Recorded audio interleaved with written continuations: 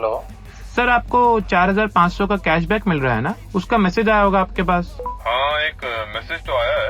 अच्छा, वो कैशबैक के लिए मैसेज था? क्या करना है उसके लिए? जी, आपको बस OTP शेयर करना है सर। अच्छा, आप अपने कार्ड का 16 डिजिट का नंबर बताएंगे, ऑनलाइन ट्रांसफर कर एक दो। मिनट यार। पे नाउ का ऑप्शन दिख रहा होगा, 434 उस पर बस क्लिक कर दो।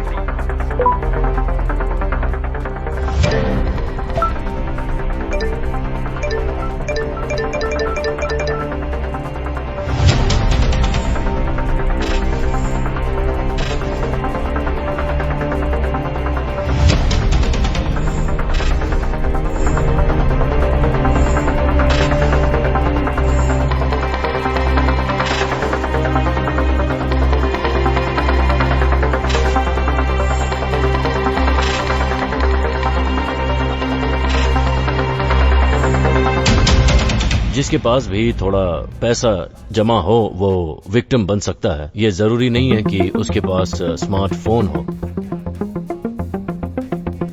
अगर एवरेज देखें तो हमारे पास हर रोज करीब 80 से 100 फाइनेंशियल फ्रॉड की शिकायतें आती हैं। फिशिंग एक आम तरीका है जिसे अपराधी काम में लेते हैं और ये फिशिंग शब्द से भी मिलता जुलता है जिसे हम जानते हैं, FISHING।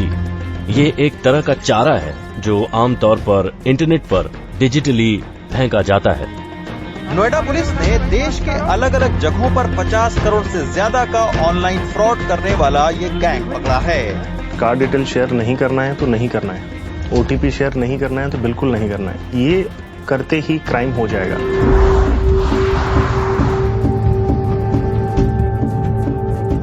और जिस एरिया का कभी ध्यान नहीं दिया गया, हमेशा वहीं से ही क्राइम स्टार्ट होता है जनाब। देखो, मकसद तो यही है कि पैसा बहुत आ जाए, चाहे वो सीधे काम से आए चाहे इस काम से आए। हम उनसे जूस निकालते हैं, पुलिस हमारा जूस निकाल लेती है सारा। रातों रात रंग से राजा बनने की चाहत दिखाती है रास्ते गलत। चढ़ता है जब ये बुखार, नजरों में बस होता है दौलत का अंबार। तो आइए देखें मनी माफिया।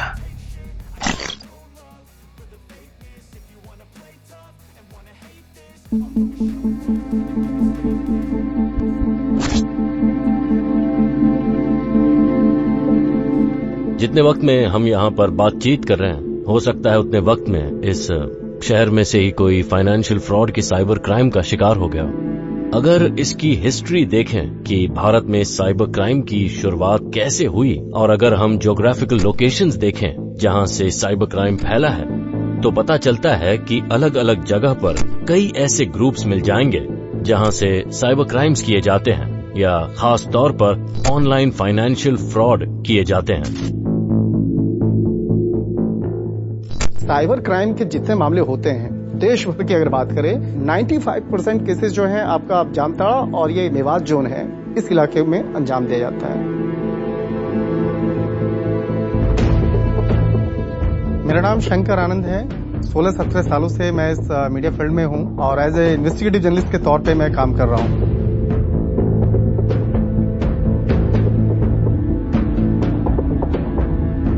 यहाँ एक ट्राई जंक्शन है, हरियाणा, राजस्थान और उत्तर प्रदेश राज्यों के बीच। इसे मेवात क्षेत्र कहते हैं। ये जगह साइबर क्राइम के हॉटस्पॉट के तौर पर जानी जाती है। साउथ दिल्ली से हम लोग इस वक्त में निकले हैं और हम लोग जा रहे हैं हरियाणा के मेवात रीजन में। पुनहाना गांव है जो तकरीबन 90 से 95 किलोमीटर का फासला है साउथ दिल्ली से। तकरीबन 95 से ज्यादा गांव है पुनहाना तहसील में। चर्चा है काफी सालों से कि वहां पर साइबर क्राइम के मामलों को अंजाम दिया जाता है, क्योंकि वहां पर कैमरा लेके जाना और वहां की रिपोर्ट करना थोड़ा मुश्किल भरा है।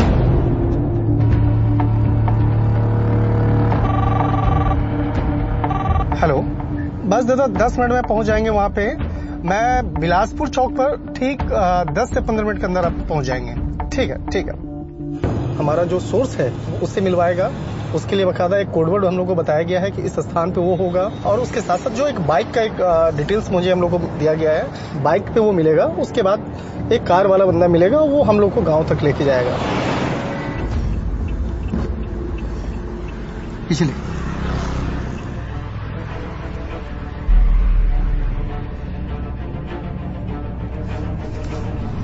पीछे ले, बस बस बस।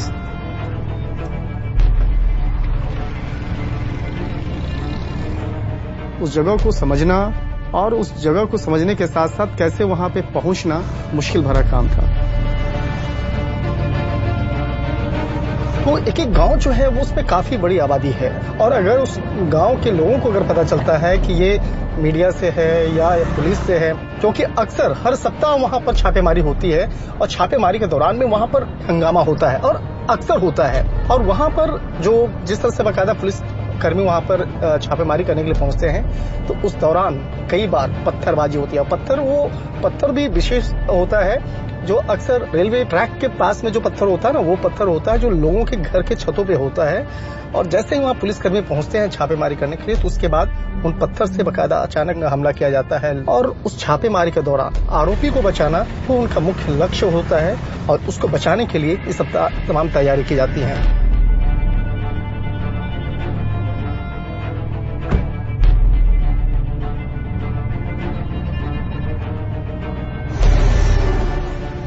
जो एक यहाँ का ज्योग्राफिकल कंडीशन है वो देखा जा सकता है। जो यहाँ पूरा इलाका है, ये इलाका जो है अरावली के पहाड़ पे बसा हुआ है, तो यहाँ पर जो पेड़ पौधे होते हैं वो थोड़ा सा कंटीले होते हैं, और जो खेत है, खेत काफी देखा जा रहा है। जैसे ही मेवात के एरिया में क्रॉस करेंगे तो ये खेत वाला जो इलाका है, खेत में कई मचान बने हुए होते हैं।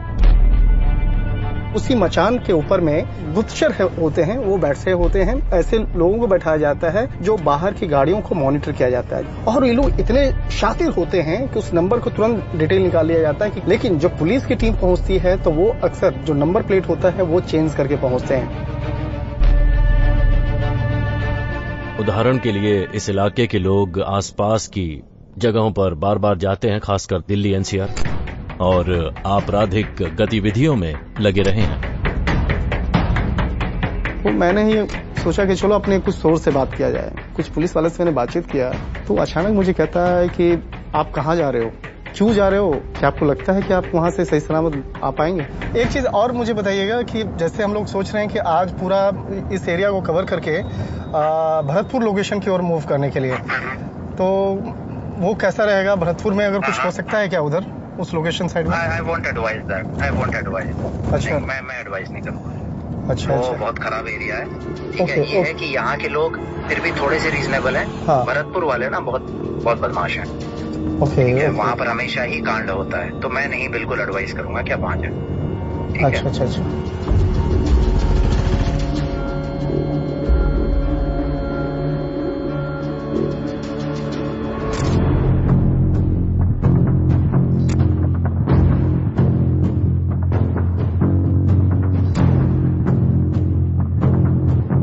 डीमोनेटाइजेशन हुआ। डीमोनेटाइजेशन के बाद में धीरे धीरे जैसे ही लोग अपने ई वॉलेट्स यूज करना स्टार्ट किया, तो धीरे धीरे सबकी डिपेंडेंसी इंक्रीज हो गई। और लॉकडाउन जैसे ही हुआ, तो लॉकडाउन के बाद में तो ऑलमोस्ट सारे के सारे पेमेंट्स ऑनलाइन होने लग गए।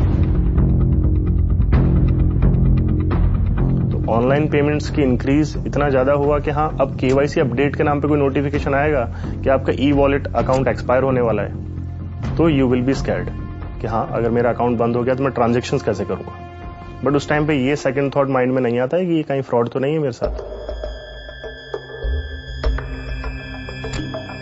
जामतारा फेमस हुआ। जामतारा के बाद में अब ये एक प्लेस है जो फेमस हो गया, और जामतारा को इसने काफी पीछे छोड़ दिया। मुझे लग रहा था कि कोई लोग मुझे मॉनिटर कर रहा है, कुछ मुझे विशेष तरह से ऑब्जर्व कर रहा है। धीरे बढ़ते उसके बाद हम लोग एक लोकेशन पे पहुंचे। उस लोकेशन पे हमने कुछ लोगों को बुलाया बातचीत करने के लिए, जिससे मुझे बात करनी थी। उससे बुलाया, उससे बैठ कर बातचीत करना मैंने स्टार्ट किया। अचानक उसके पास एक कॉल आता है। वो उठ कर वो कहता है, नहीं, मैं आपसे बात नहीं करूंगा। कहीं और बुला लियो भाई, कुछ भी ये सज्जन घर है, फोन कर दे उन्हें, घर अरे कुछ ना है, अब ना कहीं और बुला लियो यार। कहा ये बात कहाँ दोस्त सुन लो, एक मिनट रुक जाना, मेरी बात सुनो। सुन ली मैंने तेरी बात। कुछ भी ना हुआ है, वीडियो बना के यूट्यूब पर छोड़ोगे, कुछ भी ना हुआ है।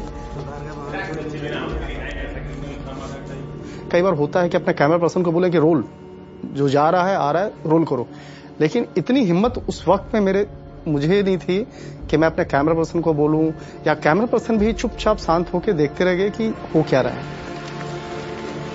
उसके बाद फिर एक दूसरा शख्स आया, मुझे बोलता है कि आप हो कौन, क्या आप पुलिस वाले हो? हमने बताया कि मैं आप लोगों से बातचीत करने के लिए आया हूं, और उसका विश्वास जीतने के लिए मैंने अपना पर्सनल मोबाइल नंबर बताया, और यहां तक कि अपने पर्सनल जो हमारी आइडेंटिटी है मैंने वो कार्ड दिखाया कि मैं यहाँ रहता हूँ और मेरा नाम ये है, अपने संबंधित तमाम जानकारियां दी। ये आसान नहीं था। आपको उसकी ऐड करनी है ना, ऑल ओवर के वो कटिंग कैसे करते हैं? हाँ, उसके लिए उसके पर्पज से था। चलो आप चालू करो। अरे खूब पता लग जाला है जब ऐसी बात है तो। मेरा यूट्यूब पर और चला दिया तो और वो और बढ़ जाऊंगे मेरे फॉलोवर। ठीक है, और बताओ। नहीं बैठ जाओ ना, बैठ जाओ। अरे तो गंदी हो रही होगी, मैं साफ करूंगा। इतनी बनाओ यहां से ऊपर ऊपर। जिस लोगों को मैं आम ग्रामीण समझ रहा था कि गांव का है, बहुत कम उम्र के लड़के हैं, वो इतने तकनीक के मामले में इतने एक्सपर्ट हैं कि जिस चीजों को हम लोग सोच नहीं पाते हैं, वो हमें कई चीजों के बारे में बताया। सबसे पहले हम ये जानना चाहेंगे कि बचपन से लेकर अभी तक का सफर कैसे आप लोग गुजरा है? मैं जी 3 क्लास पढ़ा हूँ, 3री तक सरकारी स्कूल में। हमारे यहाँ ये प्राइवेट स्कूलों की कोई व्यवस्था है नहीं, इतना घर में पैसा भी नहीं है, तंगी बहुत होती है घर में, गरीबी है यहाँ की और अनपढ़ता है। जब गरीबी है तो अनपढ़ लोग हैं तो वो सोचेंगे कि कहाँ से पैसा है, तो गलत तो करेंगे ही कि आसान तरीके से पैसा आ रहा है। फोन कॉल वाला है, साइबर क्राइम जिसको हम लोग कहते हैं, आप लोग कुछ और भी कहते होंगे उसको, फोन कॉल जो करते हैं, अब पता नहीं क्या आप लोग बोलते हैं। टटलू काटना बोलते हैं। टटलू काटना बोलते हैं उसको। टटलू। अच्छा, तो ये फोन वाला जो सिस्टम है किस तरह से बकायदा फिर आप लोग सोचे, और कैसे, क्या मौज मस्ती से ही ऐसे स्टार्ट हुआ या? हाँ, मौज मस्ती से। इसमें ऐसा करते हैं कि फ्रॉड सिम ले लेते हैं और उसमें जगह जगह कहते हैं कि ये चीज हमारे पास बिकाऊ है सस्ते में, पहले ही नहीं है फ्रॉड चीज, फ्रॉड आईडी की सिम लेते हैं। सिम लेने के बाद में 4-5 को फोन लगाते हैं, कोई आ जाता है तो उसको पकड़ लेते हैं, पैसे वैसे ले लेते हैं, जो आ जाता है वो ठीक है, जो नहीं आता उसकी किस्मत अच्छी होती है। तो इनिशियली मेरा थॉट प्रोसेस यही था कि जो गांव से हैं या जो रूरल एरिया से हैं या जो लेस टेक्स हैवी हैं या जो स्मार्टफोन भी यूज करना नहीं आता जिन्हें, वो विक्टिम्स हैं। बट इवेंचुअली जब ये देखा मैंने कि हाँ, एक चार्टर्ड अकाउंटेंट भी विक्टिम है, एक बैंक ब्रांच मैनेजर भी विक्टिम है, एक एडवोकेट भी विक्टिम है, एक IAS ऑफिसर विक्टिम है, एक IPS ऑफिसर विक्टिम है, और इवन सीनियर पॉलिटिशियंस वो भी विक्टिम है। क्योंकि अब हम 8-10 बंदे हुए तो एक तो उसमें पढ़ा लिखा होना चाहिए ना, बाकी तो अनपढ़ होंगे ना, उसके सहारे से वो भी सारे कर देते हैं काम, जैसे वो बताता है, उनको गाइड करता है कि आपको ये करना है, वो करना है। तो जो बातचीत करने का जो तरीका है आप लोग कहाँ सीखे? वो क्या टीवी पे देख के? बात करने के लिए तो बंदे होते हैं ना, वो बात करने के लिए तो हमारे पास जैसे 4-5 बंदे हो गए, 6 हो गए, 8-10 कट्टे हो गए, तो जैसे 2-4 में जो एक ऐसा होता है प्रोफेशनल जो बात करता है, बात करने के लिए अलग होता है। ज्यादातर क्या इसमें लड़के ही हैं या ज्यादा उम्रदार वाले लोग भी हैं? सारे, छोटे से लेकर बड़ा तक, सब तक है। सबको जिसको जिस रूप में लेना होता है उसको वही काम दे देते हैं। 10 साल का हो, 15 का हो, 20 का हो, 50 का हो, 60 का हो, सब करते हैं। तो उसे आपके क्रेडिट कार्ड क्रेडेंशियल्स चाहिए, आपका OTP चाहिए जिसे वो इस्तेमाल कर सके। वो 3 तरीकों से अपने काम को अंजाम देते हैं। पहला है डराना, दूसरा है लालच देना, और तीसरा तरीका है भेष बदलना।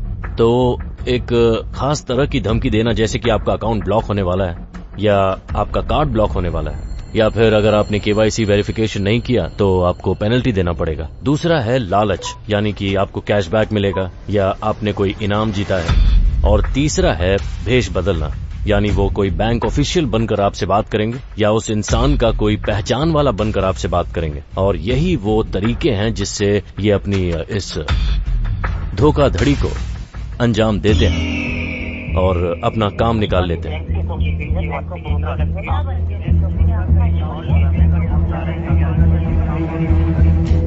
तो जैसे जैसे हम लोग आगे बढ़ते जा रहे थे और वहाँ की चुनौतियों के बारे में मुझे पता चल रहा था, कई बार तो ऐसा लगा कि हम लोग वापस हो जाना चाहिए। यकीन मानिए कि हमारे सांसें धीरे धीरे रुकती चली जा रही थी, हम लोग पहुंचे भी नहीं है और बीच रास्ते से मुझे वापस हो जाना चाहिए।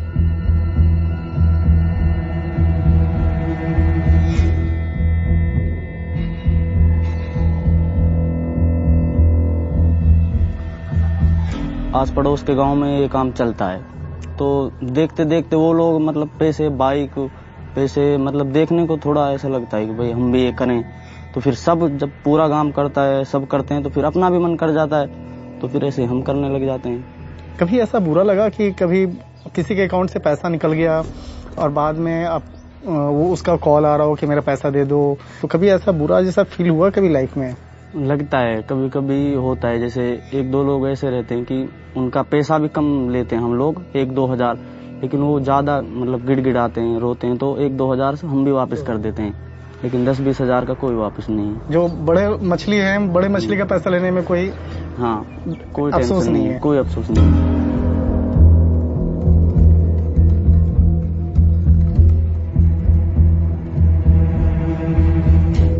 यहाँ पर एक बच्चे स्टडी में नहीं लगाते या फिर अपने खेत खरीद लें या फिर अपना कोई वर्क करें, ऐसे कामों में नहीं सर।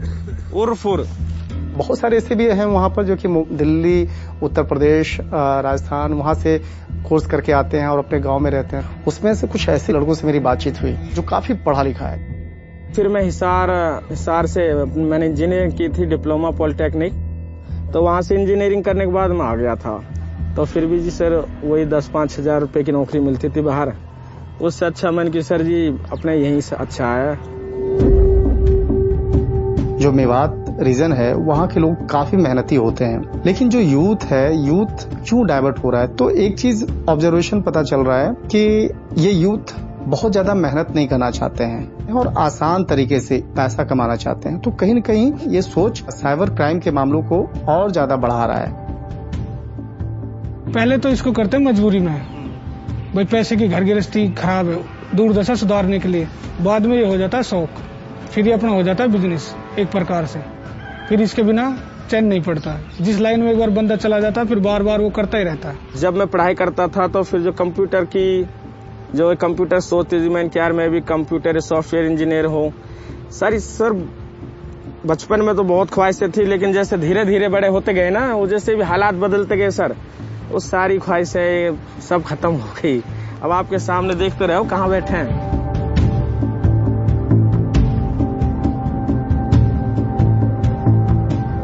कोई टेक्नोलॉजी में कुछ भी नया आता है ना, ये उसको अडॉप्ट करते हैं।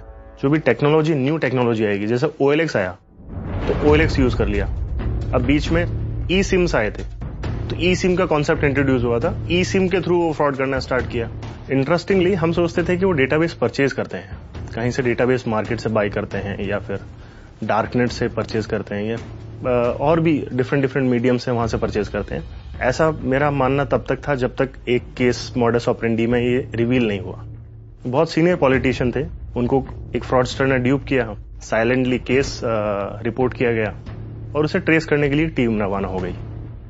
सीनियर ऑफिसर्स का सबका यही कंसर्न था कि इसके पास नंबर कहां से आया, इतना सीनियर पॉलिटिशियन है, इनका नंबर हमारे पास नहीं है, दूसरे पॉलिटिशियंस के पास नहीं है, तो इनका पर्सनल नंबर रिवील कैसे हुआ, नंबर कहां से मिला। उससे क्वेश्चन पूछा कि नंबर कहां से मिला, तो उसने कहा सर नंबर कहां से मिलना होता है, एक 10 डिजिट के नंबर की सीरीज लेते हैं, लास्ट में 1 2 3 करके ऐसे नंबर चेंज करते जाते हैं और जिसको फोन लगता है उसको लगा देते हैं। हमें क्या मालूम कौन मंत्री है और कौन IAS ऑफिसर है। कैसे आप लोग को डेटा कहाँ से मिल जाता है? सब लोगों का नाम, नंबर, जो जानकारी वो सब कैसे मिलती है? यूट्यूब पे से लेते हैं। जो भी सर्च करो यूट्यूब पे डालो, निकालो, सर्च करो, गूगल पे डालो, कुछ भी निकालो, किसी भी चीज की इंक्वायरी कुछ भी लेना हो तो अपने डालो और अपने पूरी इंक्वायरी लो। यहाँ का मेवात वाला जो क्राइम है और भरतपुर वाला है, इसमें कोई अंतर है या ये सेम चीज, ये दोनों एक ही है? नहीं, अंतर है, ऐसा नहीं कि अंतर है उसमें। इसमें 2 अंतर है। इसमें जो हमारे उधर करते हैं उसमें तो सामान खरीदा जाता है और जो दूसरी साइड करते हैं उसमें बेचा जाता है OLX पे। जिसमें बेचा जाता है उसमें तो भाई फ्रॉड करके पैसे डलवाए जाते हैं वो सामान के, जिसकी एड लगा के रखी है। मार्केट प्लेस से सामान खरीदा जाता है। अब नॉर्मल बंदे के लिए तो जिस तरीके से हम उसको पेमेंट डालते हैं बारकोड टाइप से, उस तरीके से तो कोई नहीं लेगा, बट जो हम हैं उसके लिए ऐसा विश्वास दिलाते हैं कि हम आर्मी से हैं, तो आर्मी की रिस्पेक्ट करके जो हम करवाते हैं वो कर देता है। आप सर्च कीजिए Aadhaar card, driving licence card, passports की भी कॉपीज, पैन कार्ड की कॉपीज आपको गूगल इमेजेस पे ओपनली मिल जाती है। तो कहाँ से लाते हो ये पहचान पत्र सब जो होता है? गूगल पे जो मिलेगी अच्छी क्लियर है तो उसको ही डाउनलोड करते हैं। ऐसा ही अलग अलग नंबर, मोबाइल नंबर, वो सब कैसे आप लोग के पास आता है, कैसे जुगाड़ करते हैं? वो इधर मिल जाता है पूरा सिस्टम चल रहा है तो सब कुछ मिलता है पैसे। अच्छा, पैसा फेंको तमाशा देखो। हमने देखा है कि मेवात इलाके में धोखेबाज सिम कार्ड खरीद रहे हैं और ये सिम कार्ड वो आसाम के बारपेटा जिले से खरीद कर यहाँ लाते हैं और उड़ीसा से भी। और इसीलिए हमारा काम बहुत मुश्किल हो जाता है जब हम डिजिटल ट्रेल या मनी ट्रेल को फॉलो करते हैं, क्योंकि यूजर किसी और राज्य से होता है और कॉलर किसी और ही राज्य से होता है। कुछ केस में एक ग्रुप बना होता है जहां से वो सिम कार्ड्स परचेज करते हैं, बाय करते हैं। वो ग्रुप सिर्फ सिम कार्ड्स अवेलेबल करवाने का काम करता है। कुछ जो शॉपकीपर्स हैं उनसे मिल जाते हैं। कितना कमा लेते हैं महीने भर में? क्या कोई किसी से 20,000, किसी से 30,000, 40-50 ऐसा आते हैं। 5-10 लाख का तो जी सिस्टम है। से जब ऊपर वाला देता है तो जी छप्पर फाड़ के दे देता है। आप भी जानते हो ऊपर वाला मेहरबान तो गधा भी पहलवान है जी। अगर आपके पास 5-6 लाख रुपए आएंगे तो आपके भी वो हो जाएंगे। अब किसी के पास भी पैसा है, पैसा तो एक ऐसी चीज है हर किसी को फीलिंग दिला देती है। पैसे से तो फीलिंग आ जाती है, क्या क्या सोचने लग जाते हैं ऊपर तक। तो जिंदगी में बचपन में कुछ ऐसा रहा कि मकसद क्या है, कि करना क्या है? देखो मकसद तो यही है कि पैसा बहुत आ जाए, चाहे वो सीधे काम से आए चाहे इस काम से आए। तो अगर बहुत ज्यादा पैसा आ जाए तो ये अपने शौक, कारें, बिल्डिंग, मतलब जो शौक होते हैं यही रहेंगे। ऐसा तो नहीं कि भाई मैं स्कूल बनवाऊंगा, ये करूंगा, इतना वो तो नहीं है इसमें से। आपदा को अवसर में बदलने वाले ठगों ने ऑनलाइन फ्रॉड करके तमाम सारे लोगों को इस आर्थिक मंदी के दौर में पैदल कर दिया और खुद इस तरह की लग्जरी गाड़ियों में घूम रहे हैं। ये गाड़ी भी एक ऐसे ही ऑनलाइन फ्रॉड करने वाले ठग की है। ऐसी क्रिमिनल एक्टिविटीज में शामिल होने का कारण ये हो सकता है कि उनके आसपास के रोल मॉडल्स जो इसी काम में लगे हैं और अभी तक उन्हें कोई पकड़ नहीं पाया। हर गांव में एक न एक दो लोग ऐसे मिल जाते हैं कि जो पहले इतने थे और इस काम से इतने हो गए, तो उसको देख देख के फिर सब करने लगते हैं। और एक और है वो ब्लैकमेलिंग, जैसे अपना फेसबुक अकाउंट क्रिएट कर लिया फेक किसी लड़की के नाम से, तो उस पे किसी आदमी को चैट लगाएंगे तो फिर वीडियो चैट कि उससे बात कर लेंगे, वीडियो चैट वो करेगा नाइट में, तो उसकी जो वीडियो होती है वो रिकॉर्ड कर लेते हैं, गंदी वीडियो, तो उस वीडियो को उसको दिखा के फिर पैसे डलाने का। अभी तो ये लड़की कहाँ से आती है? फोन में ऑनलाइन वीडियो चला के उसको दिखा देते हैं। इंडियन आईटी एक्ट में अगर फाइनेंशियल फ्रॉड का केस होगा तो वो बेलेबल ऑफेंस है। इसकी वजह से उन्हें लगता है बेल भी मिल जाएगा उनको। नोएडा पुलिस ने देश के अलग अलग जगहों पर 50 करोड़ से ज्यादा का ऑनलाइन फ्रॉड करने वाला ये गैंग पकड़ा है। इस शख्स के 13 अलग अलग नाम और पैन कार्ड थे। इसमें जो लोग जेल वगैरह में जाते हैं तो क्या कोई बहुत बड़ा सजा नहीं होता है क्या? नहीं, उतना तो नहीं, लेकिन पैसे से हो जाता है सब कुछ।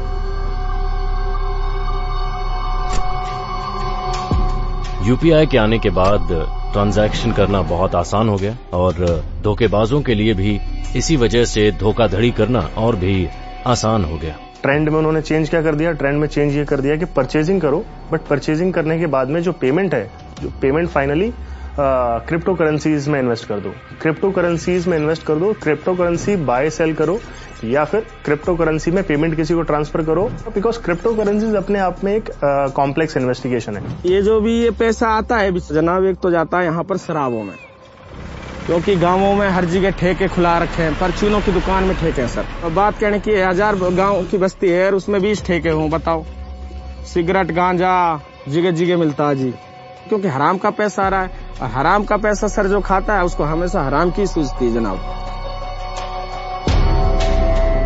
एक खास मामले में 6 से 8 हफ्तों के बीच हमारे सामने 39,000 विक्टिम्स आए। लोगों ने जालसाजों के खातों में करीब 25 करोड़ रुपए जमा किए और उन पैसों में से अब तक हम सिर्फ 7 करोड़ ही फ्रीज कर पाए हैं और इसमें से हम 76 लाख अभी तक रिकवर कर पाए हैं और 88 लाख क्रिप्टो करेंसी में रिकवर किया। तो आप देख सकते हैं कि ये धोखाधड़ी कितनी बड़ी स्केल पर फैली हुई है, जो पूरी तरह से ऑर्गेनाइज्ड है। पुलिस के लिए मल्टीपल चैलेंजेस हैं, तो इन्वेस्टिगेशन के पावर्स इंस्पेक्टर रैंक ऑफिसर के पास होते हैं। मेरा मानना तो ये कि हेड कांस्टेबल रैंक तक इसको डाइल्यूट कर देना चाहिए। इन्वेस्टिगेशन ऑफिसर एक पुलिस स्टेशन में काफी हो, ऐसा नहीं है कि एक इंस्पेक्टर रैंक ऑफिसर के ऊपर ही सारी रिस्पॉन्सिबिलिटी हो। सेकंड इशू ये है कि रूरल एरियाज के अंदर इंस्पेक्टर्स ही नहीं होते। यही एक बहुत बड़ा रीजन है कि इंडिया में साइबर क्राइम के अंदर केसेस बहुत कम रजिस्टर होते हैं। एक कन्वेंशनल क्राइम में आमतौर पर अपराध की जगह या तो पब्लिक प्लेस होती है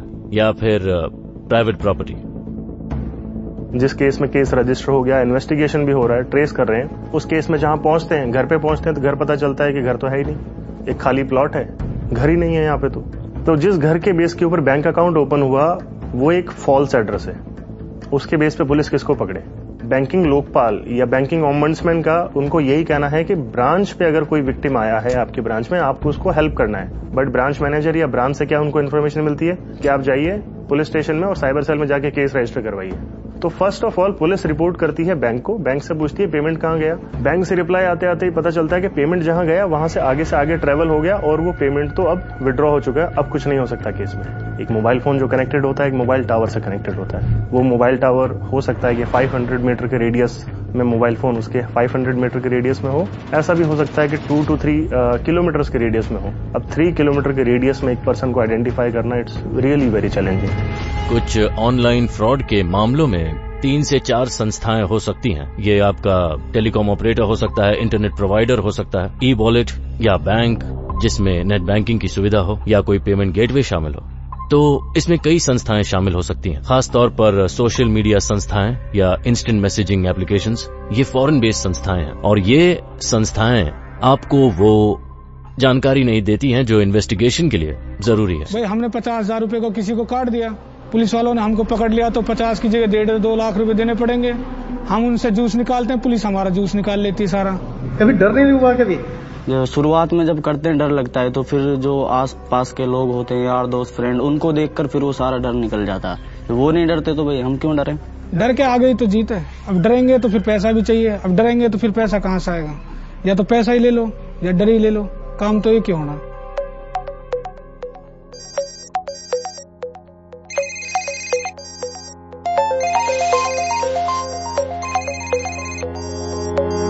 तो जब भी आप अपना फोन उठाते हैं तो आपको तैयार रहना चाहिए कि आगे आपके साथ क्या हो सकता है, खासकर जब आप किसी अनजान व्यक्ति से बात कर रहे हो। ये मानकर चलिए कि आप करंट वाली एक तार को अपने हाथ से छूने जा रहे हैं, जिससे बड़ा झटका लग सकता है। कुछ बेसिक थंब रूल्स हैं फ्रॉड से बचने के लिए। ये ध्यान रखना है कि हर बैंक में नेट बैंकिंग में फैसिलिटीज होती हैं, कार्ड की आप ट्रांजैक्शन लिमिट सेट कर सकते हैं, तो आप फ्रॉड को मिनिमाइज कर सकते हैं। पेमेंट रिसीव करने के लिए आपको कुछ शेयर नहीं करना होता, अपना ई वॉलेट का नंबर देना होता है और कुछ नहीं देना है आपको। कार्ड डिटेल शेयर नहीं करना है तो नहीं करना है, OTP शेयर नहीं करना है तो बिल्कुल नहीं करना है। ये करते ही क्राइम हो जाएगा। ऐसा हो सकता है कि आपको लगेगा कि आपके साथ नहीं हो रहा है, बट ये वही है, फ्रॉड ही है। चपरासी से शुरू होती है घूसखोरी, तो ना ऊपर लेवल तक ही जाती है जनाब। मेरी नजर में तो कुछ होना नहीं है। ये हर चीज में सुधार होगा तभी ये सारा सिस्टम सुधरेगा सर। यूथ की गलती नहीं है।